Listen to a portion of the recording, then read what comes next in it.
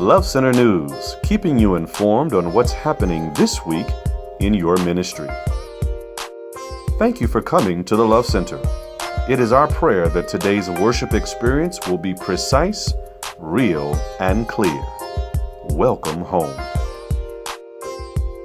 Hallelujah Night will be on Wednesday, October 31st. Please go to the foyer today and register to volunteer.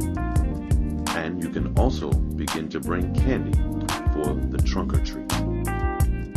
Sign up your child today for the Love Center Sports, Basketball, and Cheerleading Clinic, which will be held on Saturday, November 3rd from 12 p.m. to 2 p.m. Sign up today in the foyer. During the week, we will stay close to God through our daily devotions, morning prayer on Tuesday at 6 a.m., and studying the Word on Wednesdays at 7 p.m. and Saturdays at 10 a.m.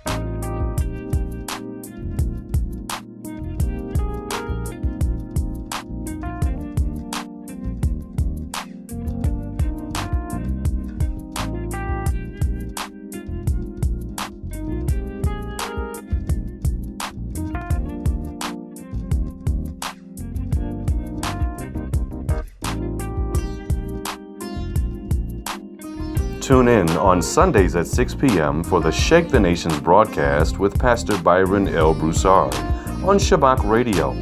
You can download the Shabbat Radio app from the Google Play or App Store via iTunes. Thank you for supporting Pastor Byron Broussard and Love Life Ministry. All children from 6 weeks to 4 years must go to the nursery during worship. Be an active part of the worship, work, and witness of the Love Center. You can also share our ministry through social media. On Facebook, Twitter, and YouTube, as we seek to take this love to the whole world. This has been Love Center News, keeping you informed.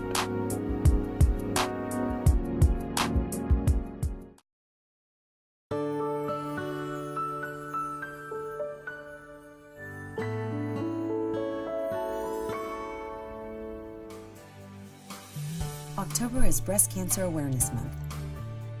Did you know that every 19 seconds someone is diagnosed with breast cancer, and every 74 seconds someone in the world dies from it? These are not just statistics, but mothers, daughters, sisters, friends. The good news is that about 98% of women who detect and treat breast cancer early experience positive results, having at least a 5-year relative survival rate, and most of them living with no evidence of the cancer after treatment. So don't let a loved one become another statistic. Be proactive, especially during this Breast Cancer Awareness Month. First, get better informed about this disease by visiting websites such as the National Breast Cancer Organization or the Breast Cancer Research Foundation. And then help spread the word by making sure your daughter knows about self-breast exams, encouraging your friends to get a yearly mammogram, urging your loved ones to go for their regular checkup once a year, and last but not least, making time for yourself to schedule an appointment with your doctor. These are all simple ways you can help your family, friends, and yourself to detect breast cancer before it progresses.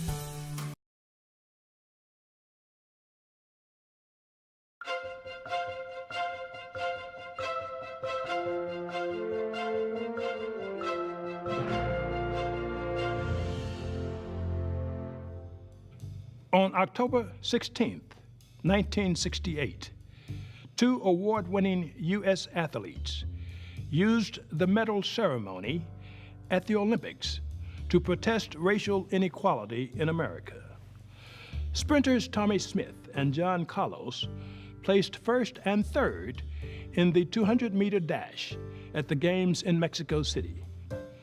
As the national anthem played, rather than hold their hands over their hearts and face the American flag, they bowed their heads and raised black-gloved fists in a silent protest. Both men removed their shoes and wore black socks to signify black poverty. Smith also wore a black scarf around his neck, saying it was to represent black pride. While supporters praised the athletes' bravery, their protest was largely perceived negatively as a show of disrespect. 2 days after their gesture of protest, Smith and Carlos were expelled from the Olympic Village for allegedly violating the principles of the Olympic spirit. Despite their medal-winning performances, they faced intense criticism and received death threats upon returning home. Gradually, the symbolic importance of their protest came to be more widely recognized. Today, that image of the two men with fists in the air and heads bowed is one of the most enduring symbols of the American civil rights struggle.